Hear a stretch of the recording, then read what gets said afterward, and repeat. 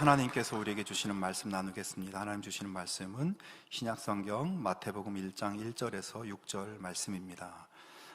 다 같이 일어나서 하나님의 말씀을 경청하겠습니다. 말씀을 봉독하겠습니다. 아브라함과 다윗의 자손 예수 그리스도의 계보라. 아브라함이 이삭을 낳고 이삭은 야곱을 낳고 야곱은 유다와 그의 형제들을 낳고 유다는 다말에게서 베레스와 세라를 낳고 베레스는 헤스론을 낳고 헤스론은 람을 낳고 람은 아미나답을 낳고 아미나답은 나손을 낳고 나손은 살몬을 낳고 살몬은 라합에게서 보아스를 낳고 보아스는 루색에서 오벳을 낳고 오벳은 이새를 낳고 이새는 다윗 왕을 낳으니라. 다윗은 우리아의 아내에게서 솔로몬을 낳고. 아멘. 이 말씀은 하나님의 말씀입니다. 아멘. 네, 오늘은 대림절 넷째 주일이며 또 내일은 성탄절입니다.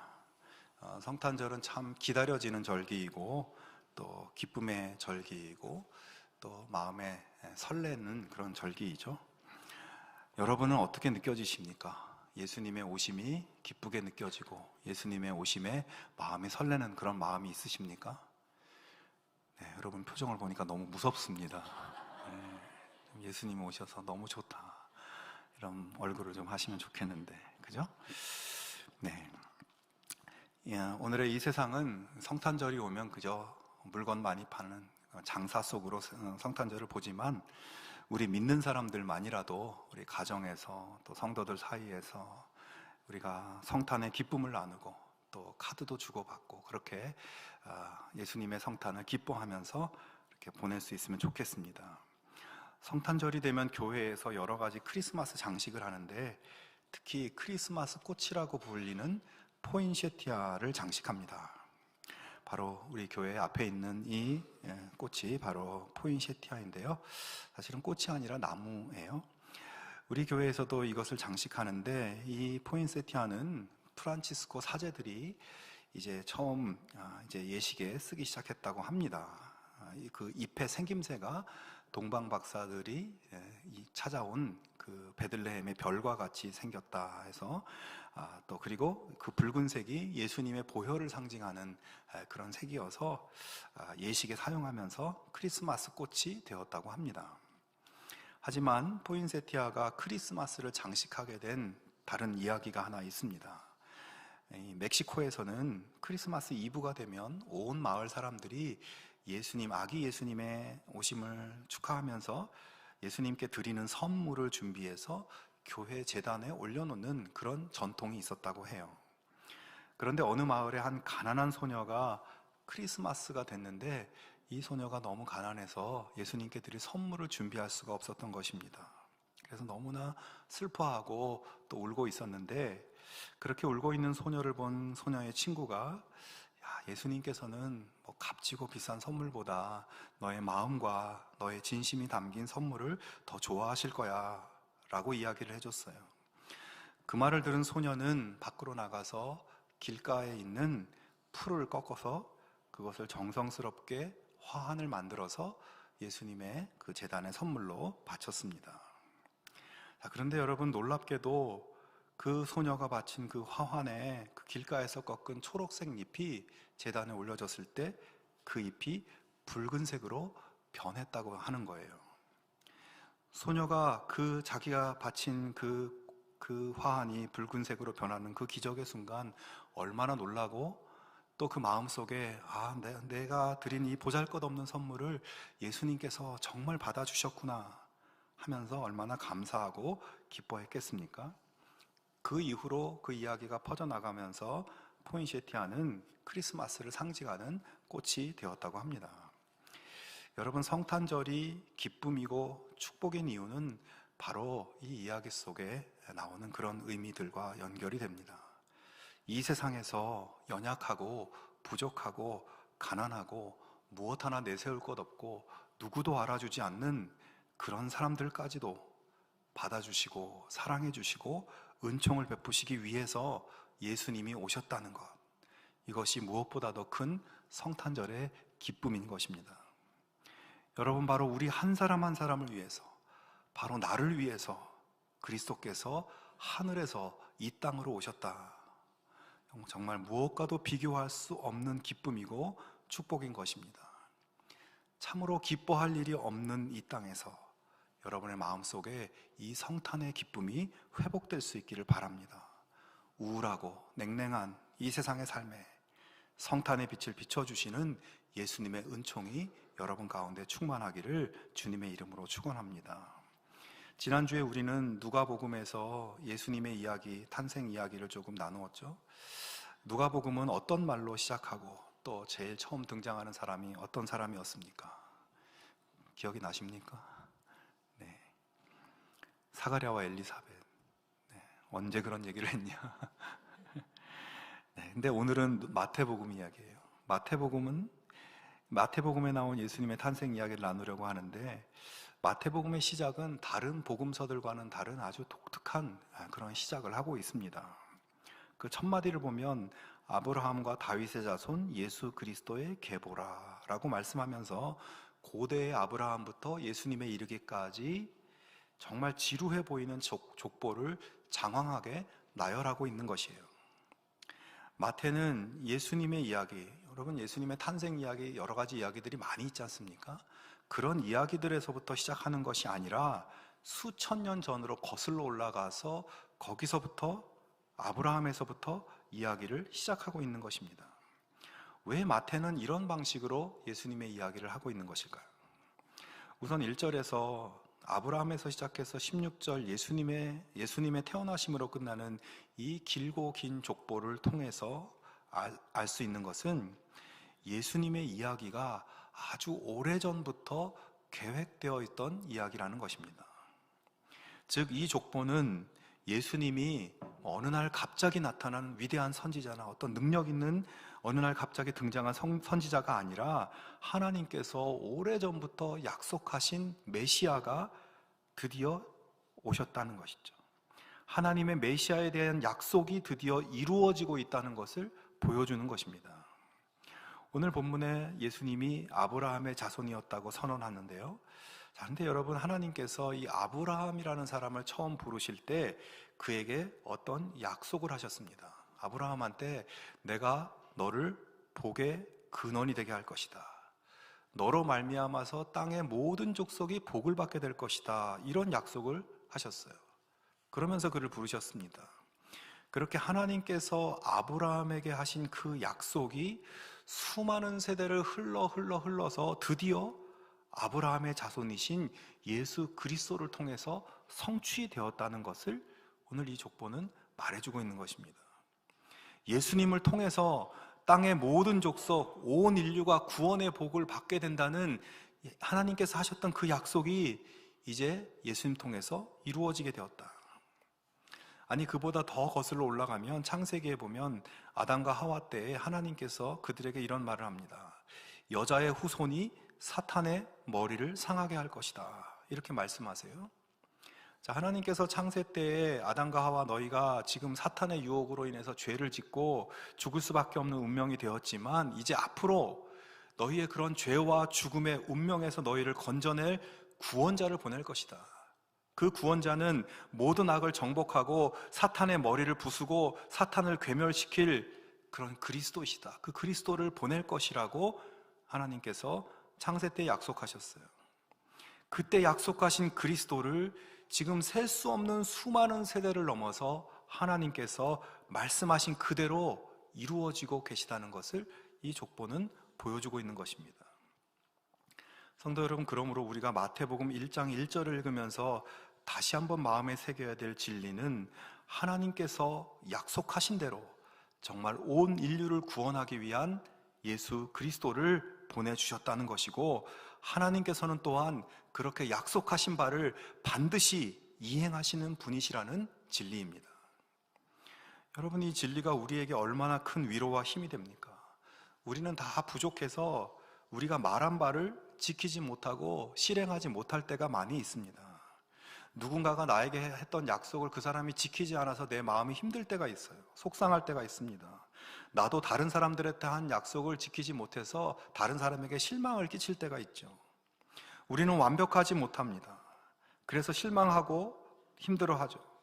어떤 때는 나 자신과의 약속, 하나님 앞에서의 약속도 우리는 잘 지키지 못할 때가 많죠. 그게 우리의 모습입니다. 하지만 우리 하나님은 어떤 분이신가? 약속하신 바를, 말씀하신 바를 반드시 이행하시는 분이시다.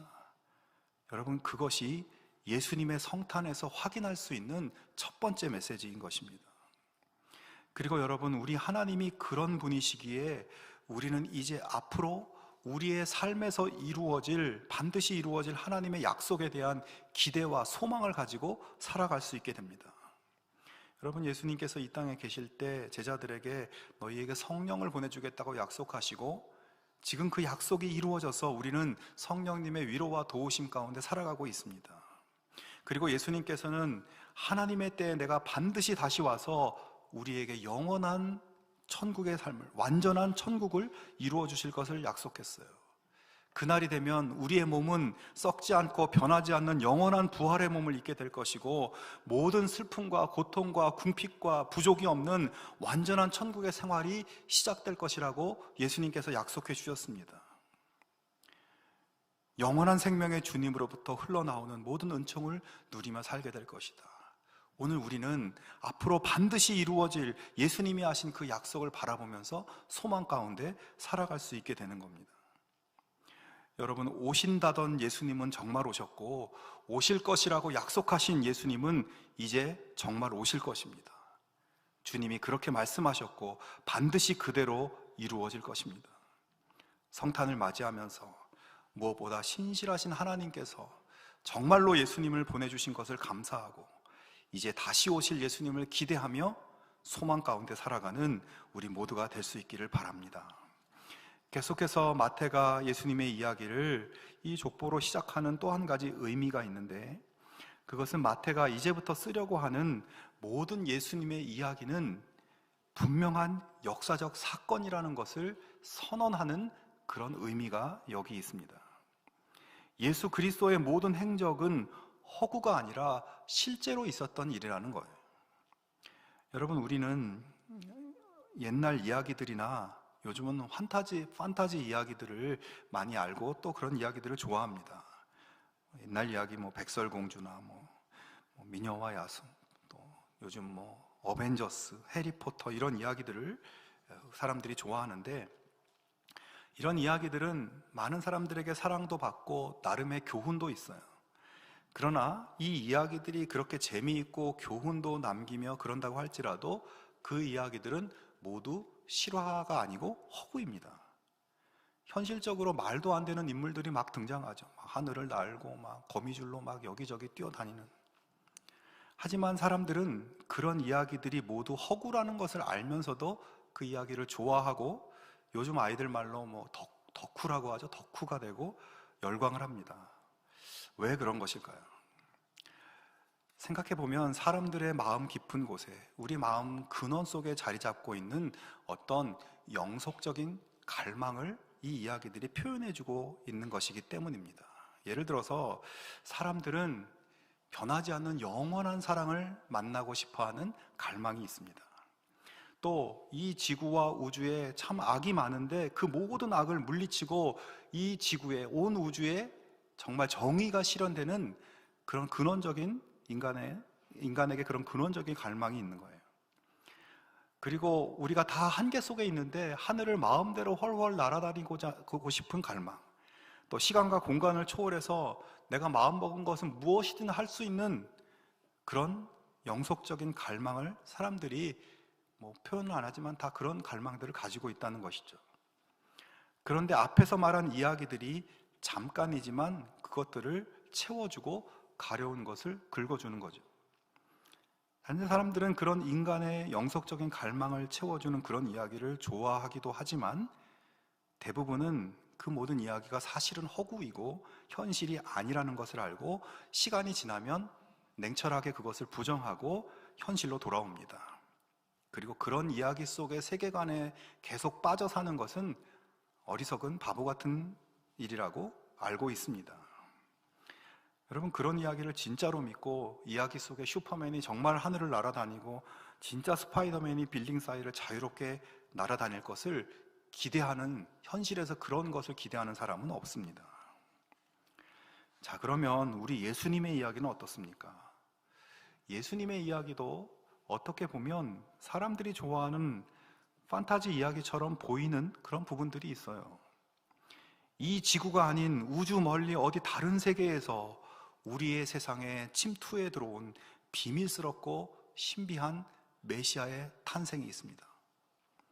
초월적인 능력과 기적을 행하는 능력으로 바다를 잠잠하게 만들고 죽을 병을 고쳐주고 죽을 사람을 살리고 수많은 음식으로 사람들을 먹이고 신기한 능력을 막 행합니다. 자, 근데 그러다가 악당들의 공격을 받아요. 처절한 고통을 당하고, 그래서 결국 죽임을 당해서 모든 희망이 다 사라진 것처럼 보입니다. 그런데 판타지 이야기의 특징, 반전이 일어나죠. 결국 무덤에서 다시 일어나서 모두를 구원합니다. 죽어도 다시 사는 초월적인 영웅 이야기, 악인들을 꼼짝 못하게 만드는 그런 이야기. 예수님의 이야기도 또 하나의 어벤져스 이야기처럼 보이기도 합니다. 그렇습니다. 세상 사람들은 그런 예수님의 이야기를 보면서 제가 말씀드린 것처럼 그렇게 느낄지도 모르겠어요. 그러나 여러분, 두 이야기에 결정적인 차이가 있어요. 세상의 이야기는 어떻게 시작합니까? 옛날, 아주 오랜 옛날, 호랑이 담배 피던 그 시절에, 이렇게 시작되는 허구의 이야기입니다. 그러나 마태가 시작하는 예수님의 이야기는 아브라함과 다윗의 자손 예수 그리스도의 계보라, 이렇게 시작하고 있습니다. 그래서 이 이야기는 허구가 아니다, 인간의 오래된 갈망을 긁어주는 판타지 이야기가 아니다, 실제 있었던 분명하고 확실한 역사임을 그는 말하고 있는 것입니다. 여러분, 예수님의 이야기를 아이언맨이나 슈퍼맨 이야기로 보시면 안 됩니다. 동방박사, 마구간의 말구유, 쏟아질 듯한 찬란한 밤하늘의 별들, 천사들의 찬양, 이런 성탄의 이야기를 그냥 낭만적인 동화 정도로 보시면 안 됩니다. 그것은 모두 실제였습니다. 이 기초가 흔들리면 우리 믿음 자체가 너무 우스워지는 거예요. 우리의 믿음은 허구에 근거한 믿음이 아니라 아브라함과 다윗의 계보에서 태어나신 실제로 있으셨던 예수님이 이루신 구원의 이야기를 믿는 믿음인 것입니다. 혹시 우리 가운데 성경을 읽으면서 야, 이건 말도 안 돼, 이건 불가능해, 이건 꾸며낸 이야기야, 이런 마음이 생기는 분이 있는지도 모르겠습니다. 마태는 바로 그런 분들을 위해서 아브라함과 다윗의 자손 예수 그리스도의 계보라, 이 말씀으로 시작을 하고 있는 것입니다. 이것은 역사다, 이것은 실제다. 하나님은 정말로 인간이 되셨고 예수님은 정말 나를 위해서 이 땅에 사시다가 고난받으시고 죽으셨다. 정말로 무덤에서 일어나서 부활하셨다. 이 분명한 하나님의 실제적 역사를 여러분 믿으실 수 있기를 바랍니다. 확실한 믿음의 반석 위에서 복되고 아름다운 믿음의 열매를 맺을 수 있는 우리 모두가 될 수 있기를 바랍니다. 마태복음의 족보에서 발견할 수 있는 마지막 이야기가 있습니다. 여러분, 세상에서 취직을 하거나 사람을 뽑을 때 제출하는 서류가 있습니다. 그것은 바로 이력서죠. 자, 근데 보통 사람들이 자기 이력서를 쓸 때 어떻게 씁니까? 자기를 돋보이려고 자기의 장점을 가능한 한 많이, 최대한 많이 드러내려고 기록을 하죠. 그리고 반대로 자신의 약점이나 불리한 내용은 잘 드러내지 않으려고 하고 축소를 할 수 있으면 축소하고 뺄 수 있으면 빼버리는 경우가 많습니다. 그래서 회사들은 이력서를 받으면 그 내용을 체크를 하려고 노력을 하죠. 자, 그런데 예수님의 족보라고 하는 것은 오늘 우리로 하면 이력서와 같은 것이에요. 이 예수님의 이력서는 아주 특이한 점이 발견됩니다. 당시의 유대 사회에서 사람들은 자기가 아주 수준 높은 집안 사람이라는 것을 내세우기 위해서 이 족보를 굉장히 신경 썼어요. 그래서 이 족보에서 불리한 부분 또는 숨기고 싶은 인물이 있으면 그것을 슬며시 삭제해버리는 일이 많이 있었다고 합니다. 자, 그런데 예수님의 이력서, 예수님의 족보는 정반대로 되어 있습니다. 먼저 족보에 여자가 5명 등재되어 있습니다. 당시 고대 가부장적인 사회에서 여자를 족보에 언급한 예는 전혀 있지 않았습니다. 그것도 5명이나. 하지만 예수님의 족보에는 버젓이 그녀들이 등장하고 있어요. 게다가 이 족보에 실린 여자들은 대부분 이방인들이었습니다. 다말과 라합은 가나안 사람이었고 룻은 모압 사람이었습니다. 고대 유대인들은 이방인을 부정하게 생각해서 접촉 자체를 꺼렸기 때문에 자신의 족보에 이방인이 있다는 것은 좋을 것이 하나도 없는 거죠. 자기를 굉장히 불리하게 만드는 것이기 때문에 보통 이 부분을 슬쩍 삭제해버리는 것이 일반적이었습니다.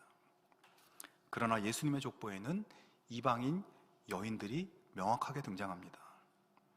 또 예수님의 족보에 실린 여자들은 굉장히 부정하고 부도덕한 사건들과 연루되어 있는 사람들이었어요.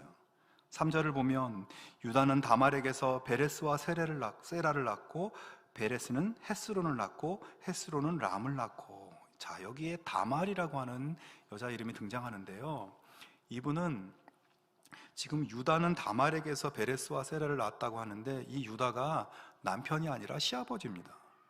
그러니까 시아버지 유다를 속여서 동침한 여자가 바로 다말이었어요.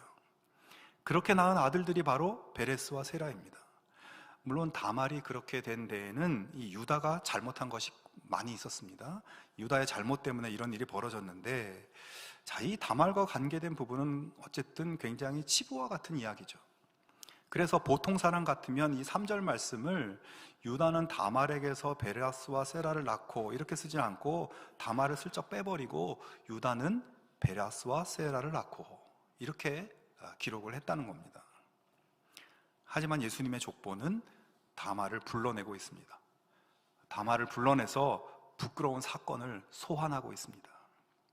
5절에 라합이라는 여자도 족보에 실을 만한 인물이 아닙니다. 그는 이방인이었고 물론 이 이스라엘의 역사에 도움을 주긴 했지만 그의 직업은 기생이었습니다.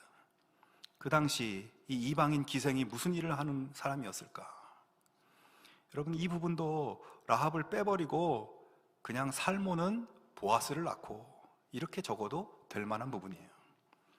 더 충격적인 부분은 6절입니다. 이새는 다윗 왕을 낳으니라. 다윗은 우리아의 아내에게서 솔로몬을 낳고. 여러분, 예수님의 혈통 속에 왕이 있었어요. 여러분의 족보에 왕이 있다면 얼마나 자랑스럽겠습니까? 우리 집안은 왕족이야, 그죠? 자랑스럽게 생각할 일이죠. 자, 근데 이 자랑스러운 부분에 마태가 초를 치고 있어요. 다윗 왕이 우리아의 아내에게서 솔로몬을 낳았다. 다윗 왕이 자기 아내에게서 솔로몬을 낳은 것이 아니라 다른 사람 우리아의 아내에게서 솔로몬을 낳았다. 그리고 이렇게 우리아의 아내라고 굳이 싫어요. 그냥 밧세바라고 하면 밧세바가 다윗의 아내였나? 이렇게 볼 수도 있지 않겠습니까? 굳이 우리아의 아내 이렇게 쓰고 있습니다. 이 두 단어는 이스라엘 역사의 수치스러운 사건을 소환합니다. 다윗을 위해서 정말 충성스러웠던 우리아, 그 충성스러운 부하 우리아의 아내 밧세바를 탐하였고 다윗이 동침했고, 그리고 우리아는 죽이고 그녀와 결혼했습니다. 둘 사이에 태어난 아들이 솔로몬입니다. 예수님은 그런 사람들의 후손이에요. 여러분, 이 부분도 사실 드러내고 싶지 않은 부분이기에 우리아의 아내 또는 밧세바 이런 이름 빼버리고 그냥 다윗은 솔로몬을 낳고 이렇게 할 만한 부분이죠. 그러나 예수님의 족보는 다윗의 치부를 드러내고 이 엮이는 가족에서 치명적 흠이 있는 혈통에서 예수 그리스도가 오셨음을 보여주고 있습니다. 여러분, 이런 족보라면 차라리 마태가 여기 안 썼으면 좋을 법한 그런 족보예요. 그냥 처음부터 예수님 이야기, 탄생 이야기를 쓰면 되는 겁니다. 근데 이걸 내세우고 있는 거예요. 여기에 간음과 탐욕과 추잡한 일을 저지른 도덕적 실패자들이 나옵니다. 인종적으로 차별받는 이방인들이 나옵니다. 모세의 율법으로 보면 하나님 앞에 나올 수 없는 그런 인물들이에요. 그런데도 그들 모두를 예수님의 조상으로, 예수님의 집안 사람들로 공개적으로 인정하고 있는 것입니다. 이것은 무슨 의미일까요? 인종적으로, 도덕적으로, 또 남녀의 그 성적으로, 심지어 율법에 의해서 배제될 수밖에 없는 사람들도 예수님의 가족으로 받아들여질 수 있다는 것을 보여주는 것입니다. 그들의 혈통, 그들의 성, 그들의 행위, 그들의 빈부, 그들의 위치, 그들이 가진 것 그 어떤 것도 예수님의 은혜 앞에서 장애가 되지 않고 모두 예수님의 가족으로 다 받아들여진다는 것을 보여줍니다. 아무리 큰 죄를 지어도 누구든지 회개하고 예수님을 믿으면 예수님의 은혜가 그 죄를 덮어버리고 예수님과 연합되고 예수님의 가족이 될 수 있다는 것입니다. 여러분, 이 세상은 혈통과 돈과 인종과 계급을 중시하기 때문에 좋은 집안에 돈도 많고 배운 것도 많고 지위도 높고 그런 사람들을 존중합니다. 그런 것들로 사람을 평가합니다. 하지만 예수님은 그 모든 것을 뒤집어 엎으십니다. 내가 연약하고 내가 부자가 아니고 내가 배운 것도 많지 않고 내가 높은 지위가 있는 것도 아니고 내가 도덕적으로 탁월한 것도 아니고 크고 작은 실수를 하고 하나님 앞에서 잘못한 죄가 있어도 주님 앞에 신실하지 못했어도 주님은 우리를 사랑으로 받아주시고 우리를 사랑으로 품어주시고 내가 가난해서 길가에 풀을 뜯어서 하나님 앞에 주님 앞에 드릴 수밖에 없는 그런 형편이어도 주님은 우리를 사랑하시고 받아주신다는 것입니다. 바로 그런 주님이 이 땅에 오셨습니다. 여러분, 이처럼 예수님의 족보는 예수님 앞으로 겸손하게 나오는 모든 사람들을 다 자기 가족으로 받아주신다는 것을 보여주는 놀라운 증거입니다.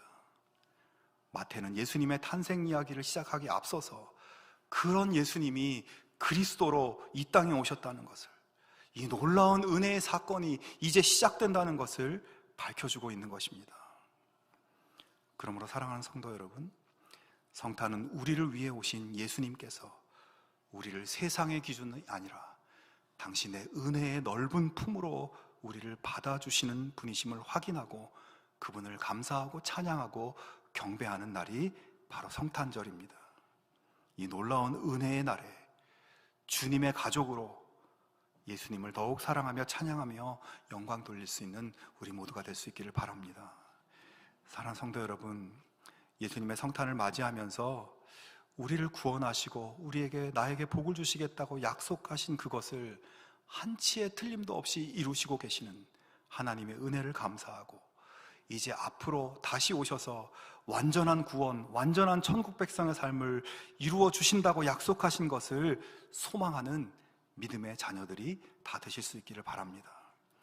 그리고 나의 조건을 보지 않으시고 내가 그저 예수님 하면서 예수님 이름을 부르고 그 앞에 나아가기만 하면 예수님의 형제로 자매로 예수님의 가족으로 받아주시는 우리 예수님, 자기 가족이기에 죽음을 무릅쓰는 사랑으로 나를 사랑하시는 그 예수님을 힘입어 담대하게 믿음의 길을 걸어가는 여러분 될 수 있기를 바랍니다.